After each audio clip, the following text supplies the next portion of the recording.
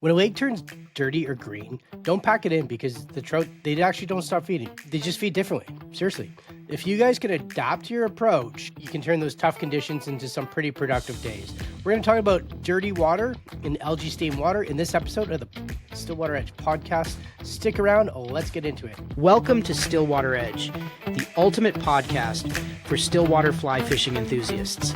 I'm your host, Greg Keenan, and in each short, action-packed episode, I'll share expert tips, essential techniques, and clever tricks to help you elevate your stillwater fly fishing game to the next level. All right, guys, welcome back to the Stillwater Edge podcast. I'm your host, Greg Keenan, and we are going to break down something that doesn't happen that often, but when it does, I want you to be prepared, and that is fishing in dirty or stained algae kind of water, and we want to fish it without losing takes. That's what this episode's called. So there's a few tips that I've got that are going to help us as anglers, stillwater anglers, and help our community here fish this dirty water. So number one is dirty water doesn't mean that there's no fish, right? The fish are still in the lake. They haven't gone anywhere.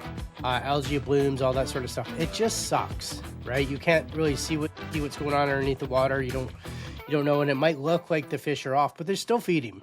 And I'm not a biologist by any means, and it's super sciencey, so I want to avoid staying away from the super sciencey aspect of lakes because I don't want to say something that I actually just don't understand or don't know. So let's get into this really on a basic surface kind of level, and that is trout. They still feed even when algae blooms and or turbidity sets in. Absolutely, they still feed. I've fished some lakes like that. It just sucks. Like I said, their lateral line becomes their radar, right? And it detects the vibration in the movement, pressure waves, and it's not just the sight that they're relying on. It's that lateral line. So what does that mean as an angler? And honestly, this is where it's really important, right? That means presentation becomes more important than visibility. Presentation becomes more important than visibility. So how we present our fly becomes more important than how it's looking. Does that make sense? So when I say presentation, we're talking about retrieves, okay? Or silhouette.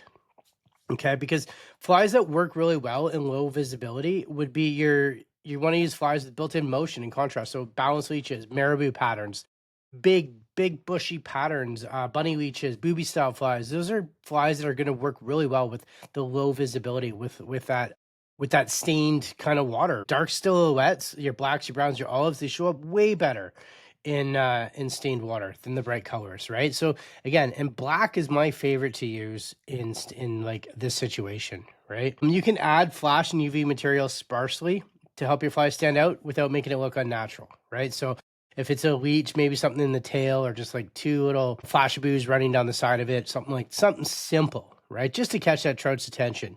So, but the real magic of actually fishing dark stained water or algae bloomed water or turbidity, just really crappy water, right? Is the retrieves.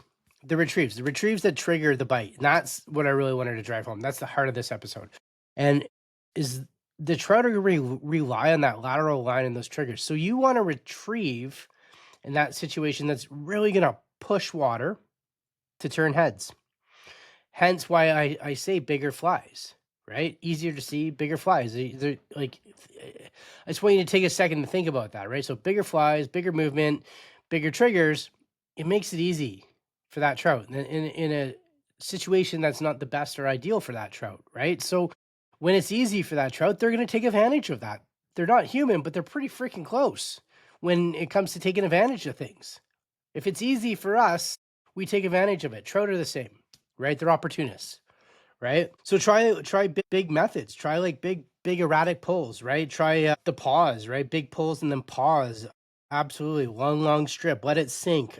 Use heavier lines. Absolutely. Definitely use heavier lines and to get your patterns down there, right? Maybe the top 6 feet or is where the algae bloom is, right? Those are things as well that you can keep in mind, and maybe down lower towards, in that 30-foot range.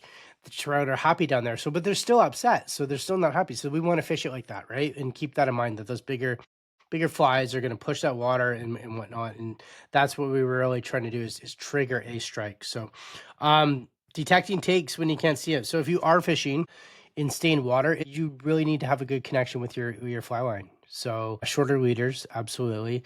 And make sure that you can detect a take. If you think it was a take, it's a take, set the hook. Just set it. right? You can't see what's going on. You can't see your line straighten out. You can't see much of what's happening. And you might have that small window. So again, if you think it's a take, set that hook, right? That's one thing. Keep direct contact with your fly, tight lines, tight retrieves, absolutely. No slack in your leaders, right? So again, shorter leaders. Make sure you do not have slack in your leaders.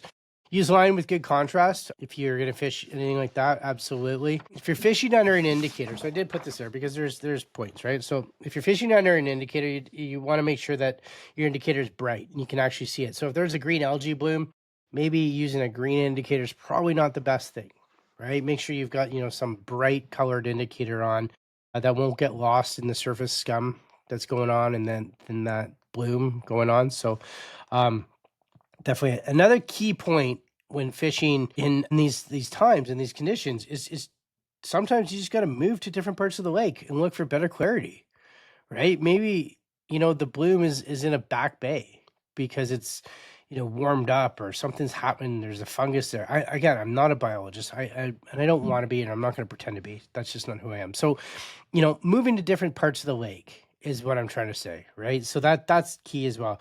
Target those edges where maybe the clear water meets the green water, right? So maybe there's a patch of water that, or a strip of water that is oftentimes good water, right? And then it's crappy water. So hit the good water. Sit on that edge and just hit that good water, right? Park your boat or your craft and just fish that, right? Like, because I have seen that on lakes where it's like, it's good, and then boom, the algae bloom, right? So fish that stretch of good water. The fish are often in there, right? Especially if it's in the shallow, right? So you know what, fishing in an algae bloom or that turbidity or the water or murky water, it sucks.